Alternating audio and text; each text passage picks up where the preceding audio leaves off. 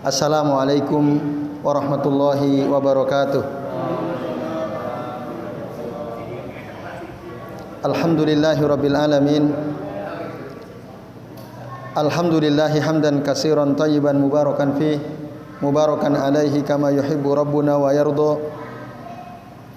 Ashhadu an la ilaha illallah wahdahu la syarikalah wa ashhadu anna Muhammadan abduhu wa rasuluh. Allahumma salli wa sallim wa barik ala Muhammad wa ala ali Muhammad kama sallaita wa barakta ala Ibrahim wa ala ali Ibrahim fil alamin innaka Hamidum Majid. Amma ba'du. Bapak-bapak dan ibu-ibu serta jamaah sekalian, rahimani wa rahimakumullah. Semoga kita semua yang hadir di majelis ini senantiasa dirahmati Allah Subhanahu wa taala. Amin ya Allah ya rabbal alamin. Alhamdulillah Bapak Ibu, pada malam ini ya, atas izin Allah kita bisa melanjutkan yang ngaji kitab Shahih Fiqh Sunnah karya saya Abu Malik Kamal bin As-Said Salim hafizahullah taala. Dan pembahasan kita pada kesempatan malam ini Bapak Ibu, kita akan membahas masih berkaitan dengan rujuk ya. Rujuk. Pada pertemuan pekan lalu, kalau tidak keliru ya, kita membahas sampai tidak disyaratkan ridho seorang istri dalam rujuk itu ya. Jadi seorang suami yang menceraikan istrinya, lalu dia ingin rujuk kembali, itu tidak disyaratkan istrinya ridho. Jadi istrinya ridho enggak ridho, rujuk terjadi. Sampai situ ya kemarin ya. Dalilnya jelas berdasarkan surah Al-Baqarah ayat 208 dan surah At-Talaq ayat 2 ya. Wa bu'ulatuhunna ahaqqu biraddihinna fi dzalika in aradu islaha. Jadi suami-suami mereka lebih berhak untuk kembali kepada mereka di masa iddah tersebut jika mereka menginginkan islah. Atau fa'amsikuhunna bima'ruf. Pertahankanlah isi-isi atau mereka isi-isi itu dengan cara yang ma'ruf.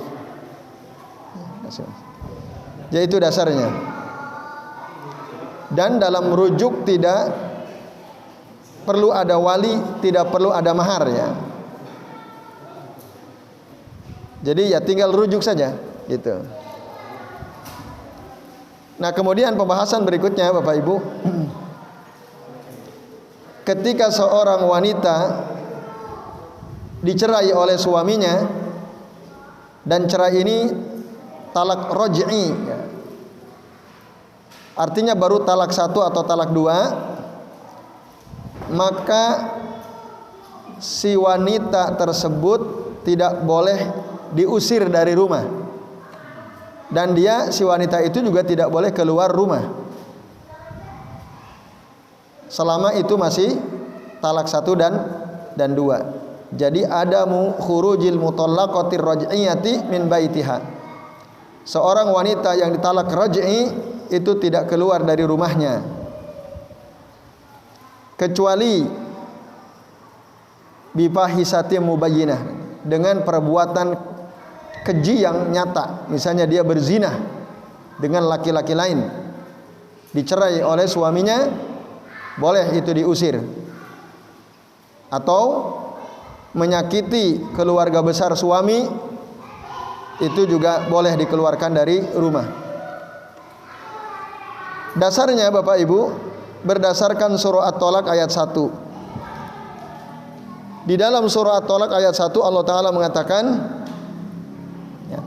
ya ayyuhan nabiyyu idza tallaqtumun nisaa fatallikuhunna li'iddatihinna wa ahsul iddata wattaqullaha rabbakum. Wahai Nabi, apabila engkau menceraikan istri-istri, maka ceraikanlah untuk masa iddah mereka dan hitunglah masa iddah tersebut. Bertakwalah kepada Allah Tuhan kalian. La tukhrijuhunna min buyutihinna. Jangan kalian mengeluarkan mereka, mengeluarkan istri-istri kalian dari rumahnya.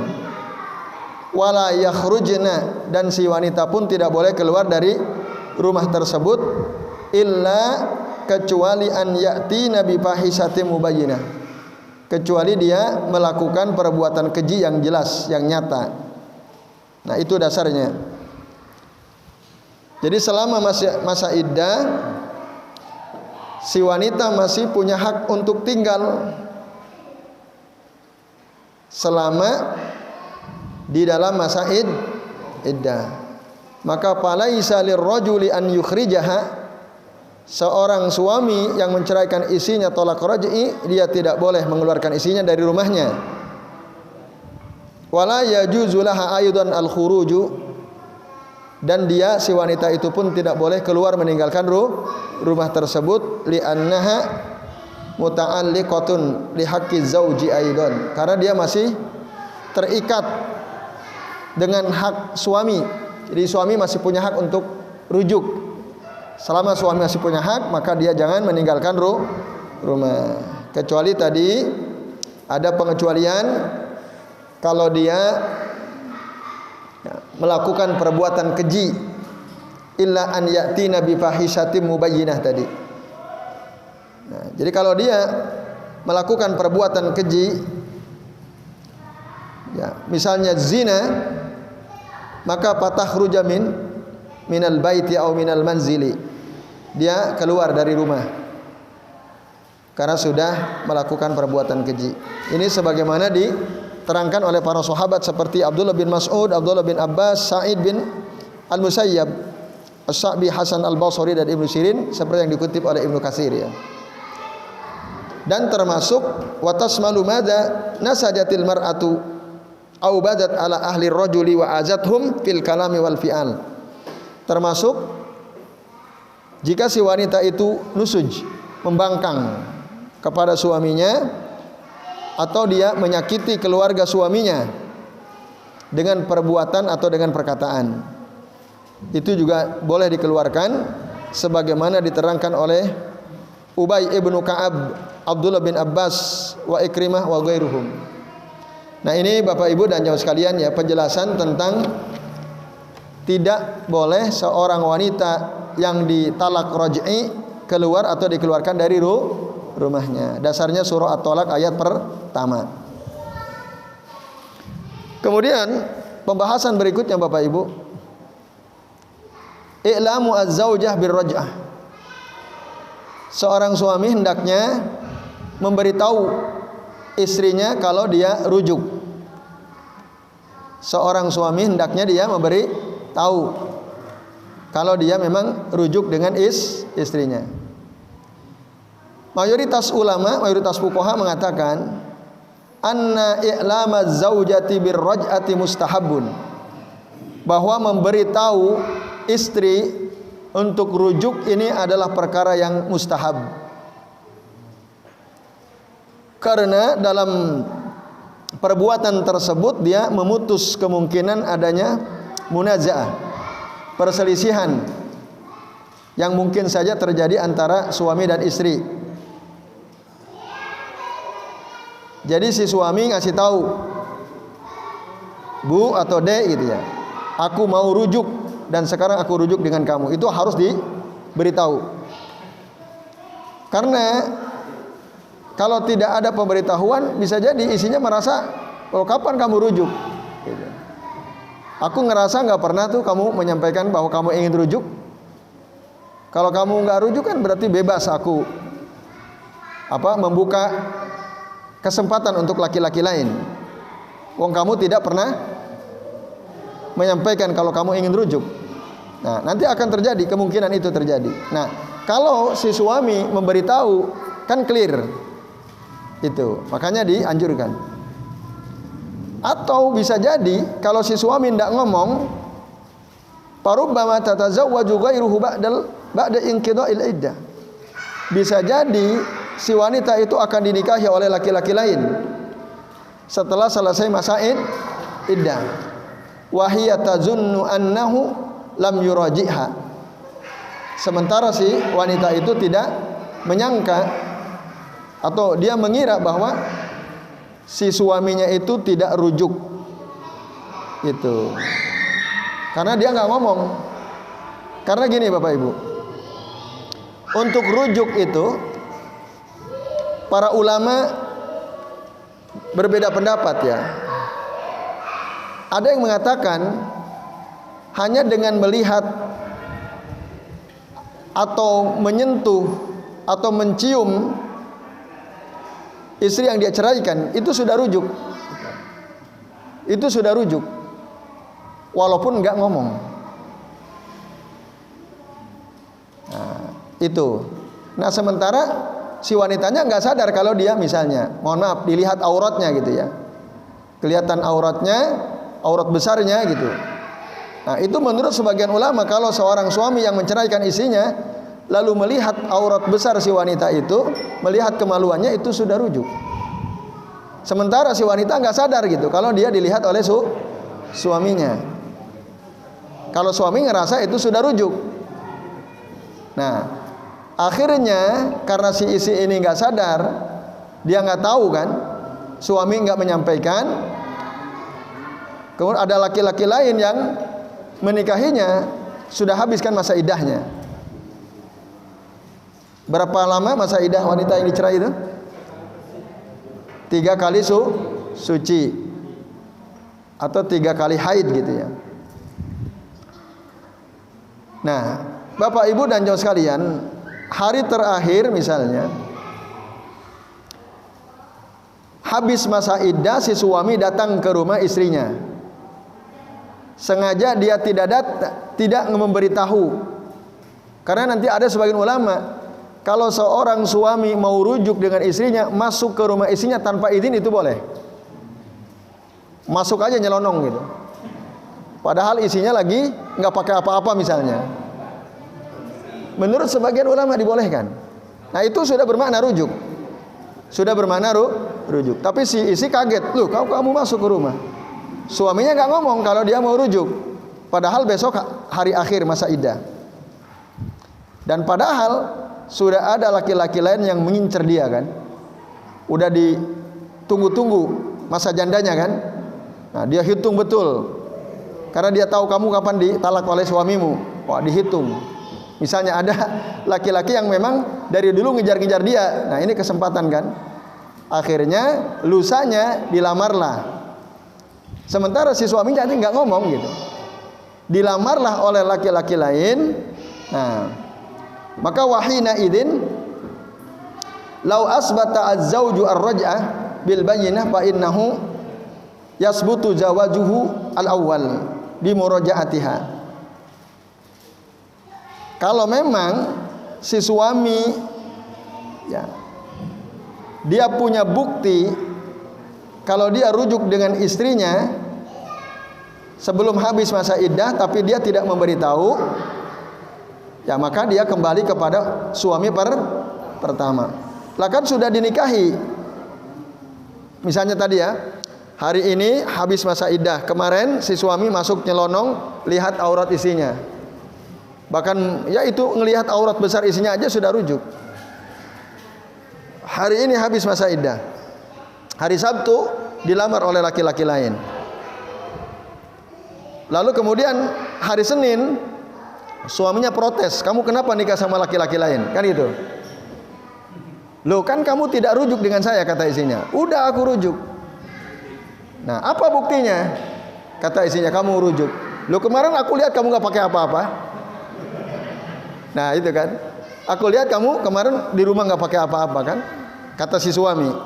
Nah maka, dan istri menyadari, oh iya kamu kemarin melihat aku tidak pakai apa-apa. Nah maka rujuk itu terjadi. Tapi kan sudah dinikahi hari Sabtu, ya kan, oleh laki-laki lain. Maka pasakh, pernikahan kedua dengan laki-laki yang kedua itu dianggap batal. Gitu. Batal. Wah, bingung itu suami kedua kan.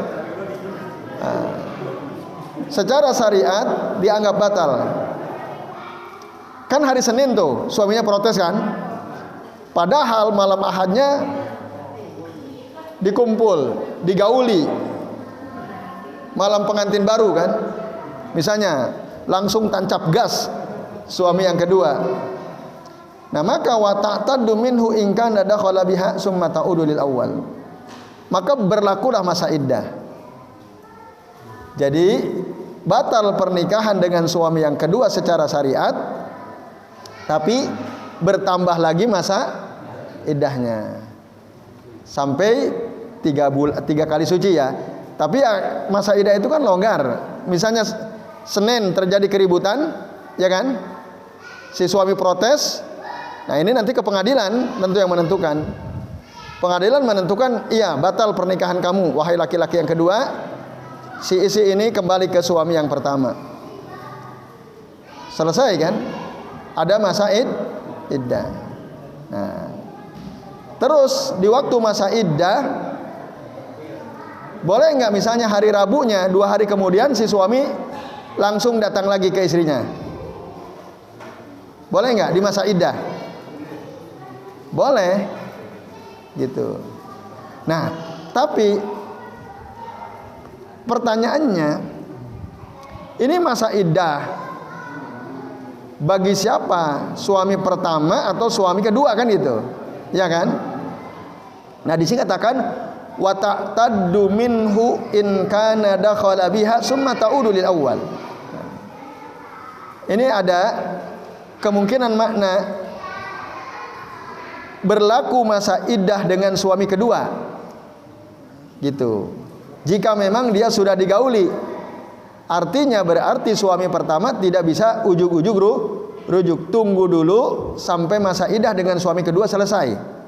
Karena bisa jadi dia hamil, kan digauli langsung isi kan misalnya, mungkin atau tidak? Nah, itu tujuannya itu. Berarti harus sabar tuh suami pertama, nunggu sampai 3 kali suci. Nah, kalau 3 kali suci berarti dianggap clear, dia tidak isi. Mungkin nggak Bapak Ibu digauli 1 kali langsung isi, mungkin nggak? Mungkin. Maka masa iddahnya itu maksudnya minhu di situ min az-zaujis tsani, dari suami yang kedua. Nah, itu. Nah, ini apa? Akibat si suami pertama rujuk tidak memberitahu istrinya. Itu konsekuensinya. Nah, dia si wanita ini hiya asiyatun bitarki su'ali zauj. Dia telah berbuat maksiat si istri ini karena dia tidak bertanya kepada suaminya. Jadi seorang istri yang dicerai oleh suami dan itu cerai raj'i, sebelum dia menikah dengan laki-laki yang lain, dia harus tanya dulu, Mas, ya, jenengan itu mau balik ke saya atau enggak? Harus tanya dulu. Itu etikanya. Jadi sekali lagi, seorang istri yang dicerai raj'i oleh suaminya, ketika mau habis masa iddah, bertanyalah dia kepada si suami, Mas, kamu mau rujuk atau tidak? Diklarifikasi.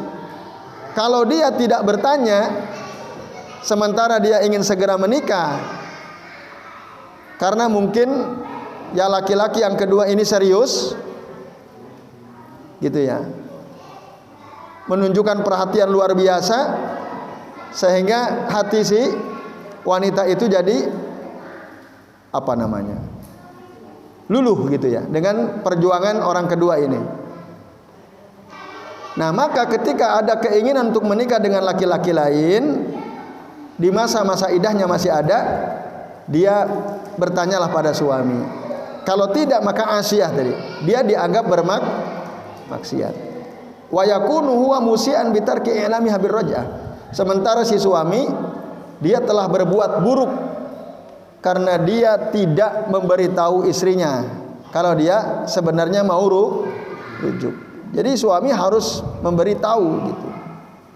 Ya, ini Bapak Ibu dan jamaah sekalian. Walaupun tanpa pemberitahuan, disini katakan ya, wa ma hadza law lam yu'limha sahhati raj'atu.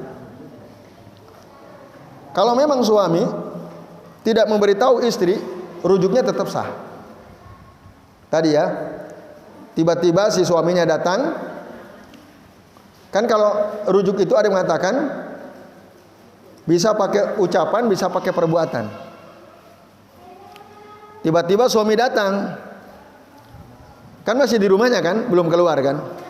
Tiba-tiba dicium ya oleh si suaminya. Kaget juga istrinya, "Loh, kamu kenapa mencium aku?" Suaminya diam aja. Nah, maksud suami kan mencium itu untuk rujuk. Pokoknya si istri ridho enggak ridho, ikan rujuk. Kamu mencium aku, oh, sana-sana misalnya. Istrinya enggak ridho. Tapi suami ingin rujuk. Nah, Bapak Ibu dan jamaah sekalian, sah, rujuk itu sah. Rujuk itu sah. Walaupun istrinya tidak ridho. Nah, karena itu adalah hak murni si suami ya. Dan tidak terikat dengan harus diketahui oleh orang lain atau tidak. Pokoknya kalau suami menunjukkan dia ingin rujuk dengan perbuatannya, itu rujuk. Itu menurut sebagian ulama.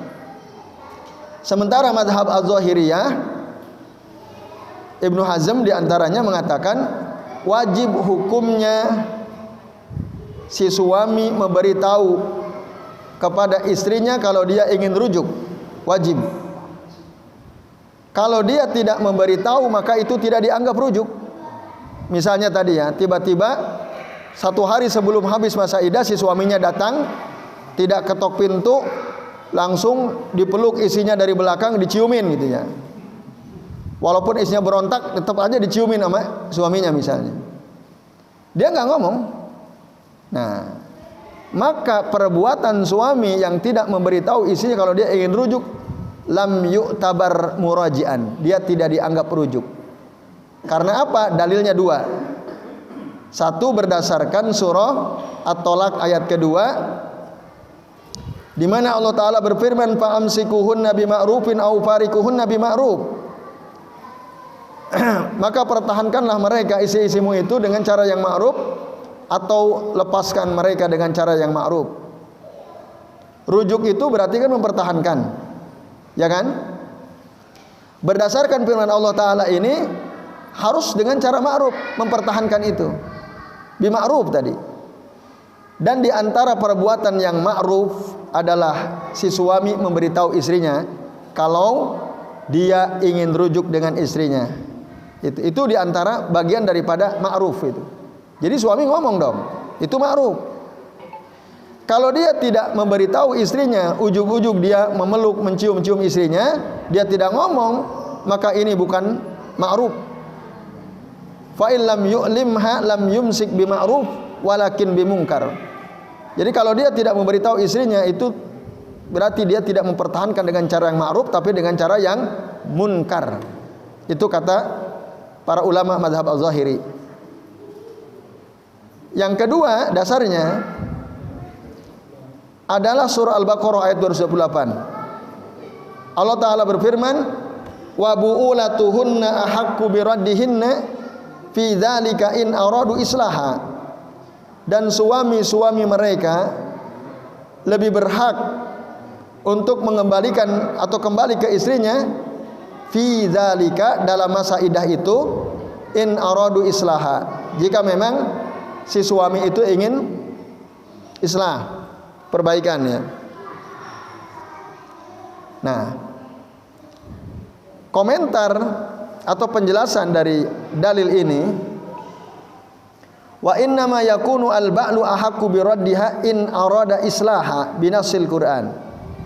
Nah, sesungguhnya si suami lebih berhak untuk kembali kepadanya jika memang dia ingin ada islah, berdasarkan nas Al-Quran tadi, surah Al-Baqarah ayat 228 itu. Fa in katamaha ar-rad ay radda bihaitsu la yubliguha ya. Kalau si suami menyembunyikan keinginan rujuknya itu, atau dia ingin kembali tapi tidak memberitahu kepada istrinya, berarti falam yurid islahan bila syakkin, berarti dia tidak menginginkan perbaikan tanpa diragukan lagi gitu.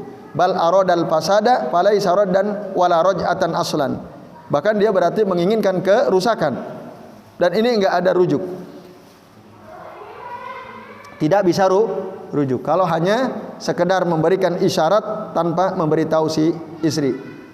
Nah ini kata saya Abu Malik Kamal bin As-Sayyid Salim, wa hadha huwal arjah fi nazari. Ini dia pendapat yang lebih kuat dalam pandanganku, yang sesuai dengan maksud-maksud syariah dan dasar-dasar syariah. Itulah juga keputusan Khalifah Umar Ibn Khattab radhiyallahu anhu, sebagaimana diriwayatkan oleh Ibnu Hazm dengan sanad sampai kepada Umar, bahwa Umar berkata tentang seorang wanita yang dicerai oleh suaminya, lalu diberitahu oleh suaminya bahwa dia ingin rujuk, maka rujuk. Tapi kalau tidak diberitahu, hatta in qaddat iddatuha, sampai selesai masa iddahnya, qad banat minhu, maka dia sudah terpisah dengan suaminya. Kan ada dua kemungkinan berarti. Kemungkinan pertama, dinikahi oleh orang lain, boleh karena dia sudah pisah. Kemungkinan kedua, dia kalau toh belum nikah lagi dengan laki-laki lain, harus ada akad baru gitu. Harus ada akad baru. Nah, ini Bapak Ibu dan sekalian. Maka yang terakhir ya, wa yatarattabu alaihi anna ar-rajula idza arja'a zawjatahu duna i'lamiha fatazawwaj ghairuhu ba'da intihai iddatiha fa inna az-zawaj asani yakunu sahihan. Nah, maka perbuatan yang tidak, si suami tidak memberitahu istrinya dia ingin rujuk, itu menyebabkan ya, ketika habis masa iddahnya, kan belum nggak dikasih tahu kan, ketika habis masa iddahnya lalu dinikahi oleh laki-laki lain, maka pernikahan dengan laki-laki yang kedua ini sah gitu. Li'anna raj'ata lam taqu aslan wallahu alam. Karena rujuk tidak terjadi. Nah, ini menurut keterangan dari Syekh Abu Malik Kamal bin As-Sayyid Salim hafizallahu taala. Jelas ya Bapak Ibu? Nah, ini saya kira penting kita mengetahui masalah seperti ini. Jadi ada dua pendapat tadi kesimpulannya. Pendapat pertama, tanpa memberitahu rujuk sah atau tidak? Sah. Pendapat kedua, sah atau tidak? Tidak. Mana yang lebih kuat menurut Syekh Abu Malik? Yang kedua, tidak sah.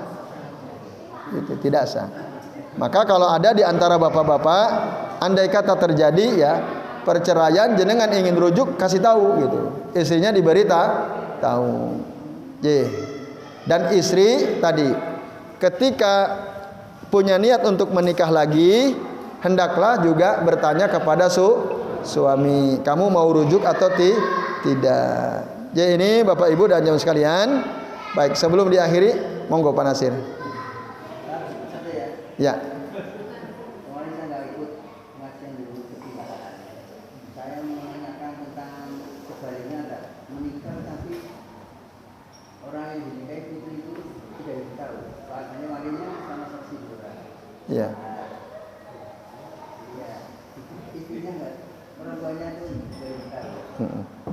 Tahu-tahu dinikahi dengan laki-laki pilihan orang tua gitu. Iya. Tidak sah.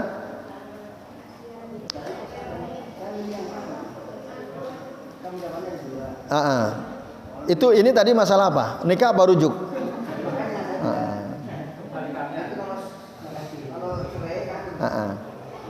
Ya.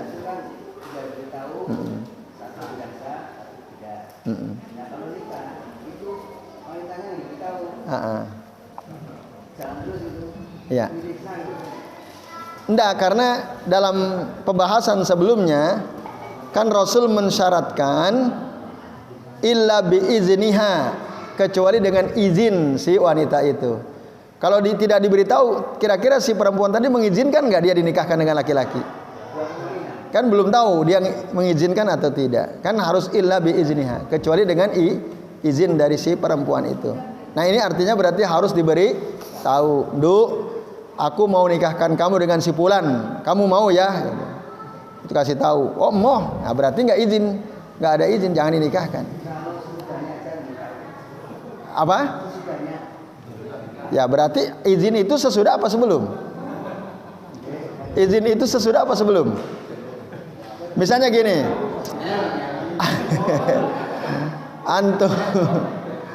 antum memakai sendal orang, habis antum pakai, antum bilang saya izin ya tadi pakai sendal kamu. Itu izin bukan? Itu gosok namanya. Jadi izin itu sebelum kita memakai barang milik orang. Nah, kalau diizinkan kita pakai, kalau enggak berarti tidak. Sama pernikahan juga begitu Pak Nasir. Wallahu a'lam bishawab. Nah, ya. Masih ada yang lain? Jelas ya? Oke, baik. Bapak Ibu dan jamaah sekalian, rahimani wa rahimakumullah. Jadi tadi kita membahas tentang hukum mengusir perempuan yang ditalak raj'i, boleh atau tidak? Tidak boleh. Tidak boleh. Kecuali bermaksiat atau menyakiti keluarga besar si suami. Ya baik, alhamdulillah Bapak Ibu dan sekalian, demikian yang bisa kita bahas. Mari kita akhiri kajian kita pada malam ini dengan doa kafaratul majlis. Subhanakallahumma wa bihamdika asyhadu an la ilaha illa anta astaghfiruka wa atubu ilaik.